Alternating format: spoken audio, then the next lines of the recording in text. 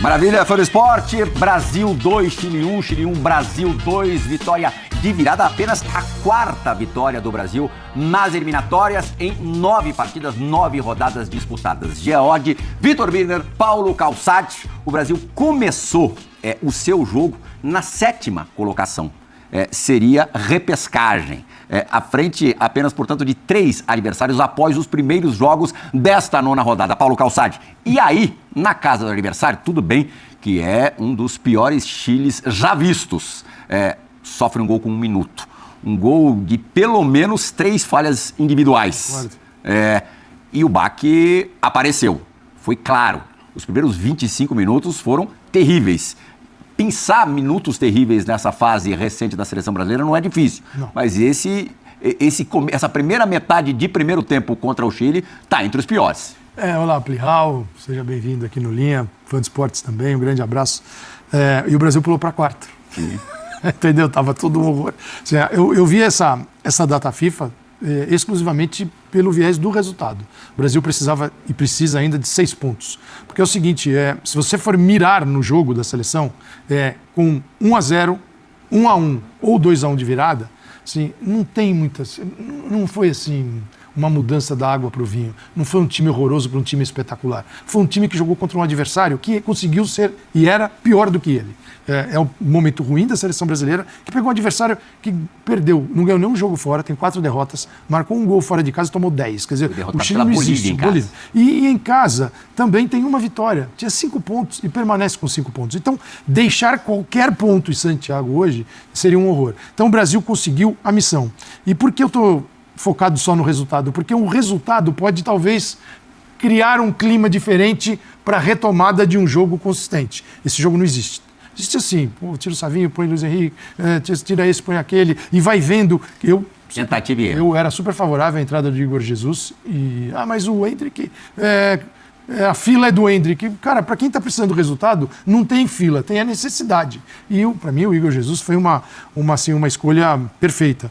Mas é um Brasil que conseguiu aquilo que precisava, o resultado. O jogo não conseguiu ainda. O jogo, talvez, com 2 resultados favoráveis, a gente possa encontrar. Mas é uma seleção, sim, que hoje não tem condição de ganhar nada. Levemente, Vitor Birner, boa noite. Melhor, superior do que apresentou contra Equador e Paraguai na dobradinha anterior? Primeiro, boa noite, Plihal. Obrigado pela abertura tão generosa quanto exagerada. Boa noite, professor Calçade, Jean, os fãs do esporte. Não. Fica de olho aí, Ronaldinho. Não acho que foi na mesma batida? Eu acho que sim, porque isso tem muito a ver com a incapacidade do Chile. O Chile dificilmente vai para a Copa do Mundo. O Chile e o Peru, próximo adversário do Brasil, são seleções muito fracas. A única coisa boa dessa atual eliminatória no que diz respeito à competição, talvez fosse manter todo mundo vivo até o final. Até o último, já que quase todo mundo vai. E nem isso vai acontecer, né? Nem isso vai acontecer. E hoje, assim, é muito fácil a gente identificar problemas da seleção. E é difícil a gente achar virtudes. As virtudes, para mim, tiveram muito mais a ver com algumas atuações individuais, em especial do Savinho. Que, no final das contas, quando a seleção não construía coletivamente, dá bola no Savinho e ele deu muito trabalho ali, sobrecarregou o lateral esquerdo chileno de faltas, tomou amarelo, obrigou o treinador do Chile a trocar o seu lateral. Você acha alguma coisa ali boa? O Igor Jesus, obviamente, porque nas raras chances, ou na rara chance que teve, fez um gol num momento difícil, e aí tem a coisa da camisa da seleção. Mas tem uma coisa que me preocupa muito, e eu acho que a seleção vai demorar para criar. Essa seleção não tem líderes que sejam essenciais, porque o Brasil toma um gol no começo do jogo, nas costas do seu líder principal, que é o Danilo, numa falha que ele está olhando o jogo. Não tinha ninguém para marcar, ele só tinha que estar marcando o jogador que estava nas costas dele. Do lado do seu zagueiro, que é o outro líder da seleção, o Marquinhos, numa falha, não é uma grande falha, mas é uma bola defensável, do seu goleiro, que é... Não é grande falha? É uma falha, uma grande falha, é uma falha. Se fosse o Alisson, ele estava roubado. Que é outro jogador experiente. Então, a gente vê que os atletas que deveriam ser referências para a seleção ter um comportamento mais consistente, para que as individualidades pudessem render, para que os jogadores conseguissem raciocinar, os mais jovens. Porque a gente via a seleção, inclusive o Savinho, muito nervosa no início do jogo, erra um drible, dá um soco no chão, coisas que no dia a dia do clube não acontecem. Esses caras não conseguem liderar a seleção. E aí, fica na mão de um monte de jogadores jovens e um treinador que, por exemplo, está procurando os volantes. Porque eu falo trocou os volantes do primeiro para o segundo tempo. Nenhum deles jogou muito bem. Qual volante ele tem que convocar? Quem ele tem que colocar ali? E os jogadores nos clubes jogam bem. Então são tantas questões problemáticas que não dá para elogiar uma vitória contra o Chile, como disse Calçade, importante que ganhou e quem sabe gere alguma coisa anímica para que a seleção melhore um pouco. O jogo contra o Peru é um jogo muito fácil. Né? Agora, eu não estou esperando um grande desempenho. Ainda em cima do que disse agora o Birner, Jean Oddi, boa noite, meu amigo. A gente percebia, principalmente nesse momento crítico do jogo, a primeira metade do primeiro tempo, a falta de líderes / referências. Aquele cara para chamar um pouquinho o jogo, para tentar que a bagunça não fosse tão grande. E não existe esse jogador no grupo que tá para esses 2 jogos com o Dorival, e não me parece que exista fora também, né? A não ser que o Dorival recorra a jogadores que ele ainda não chamou, os caras mais da velha guarda. Tudo bem, Plihal? Boa noite. Bem-vindo ao Linha, né? É surpreendente que você, um baluarte da ESPN, esteja pela primeira vez. Era o que faltava, sabia? Imagino. O que eu não havia apresentado aí. Eu imagino. Então, enfim, bem-vindo. Fiquei até surpreso com o fato de ser a sua primeira vez apresentando o Linha e talvez seja o que de mais relevante temos na noite. Que isso. Muito obrigado. Não, porque, sinceramente, cara, entra jogo, sai jogo da seleção brasileira e aí não tem a ver só com a seleção brasileira, mas tudo é de uma irrelevância tão grande, né? A gente se esforça para tentar apontar relevâncias nesses jogos, mas assim, seja nesse caso de hoje, pelo nível baixíssimo do adversário, que time fraco que tem o Chile, então, seja pela fórmula insossa de disputa, como você disse, talvez a única coisa boa fosse chegar ao final da disputa e tá todo mundo na briga, mas nem isso vai acontecer, então é um negócio que realmente nem a vitória me parece algo muito relevante, porque alguém acredita que o Brasil possa mesmo ficar de fora, então do ponto de vista da pontuação, sinceramente, é pouco relevante. Mas lembrando, Jean, eu concordo contigo que quase terminou empatado contra a seleção do Chile. Eu sei, mas mesmo que terminasse empatado, o Brasil não vai ficar fora da Copa do Mundo. Então é isso que eu estou dizendo. Será que a chave não pode estar aí? Tudo instintivamente os caras não se estimulam o suficiente para jogarem melhor? Então, pode ser que seja tudo isso. Eu acho que pode ser que seja tudo isso. Mas o fato é que tem sido muito irrelevante.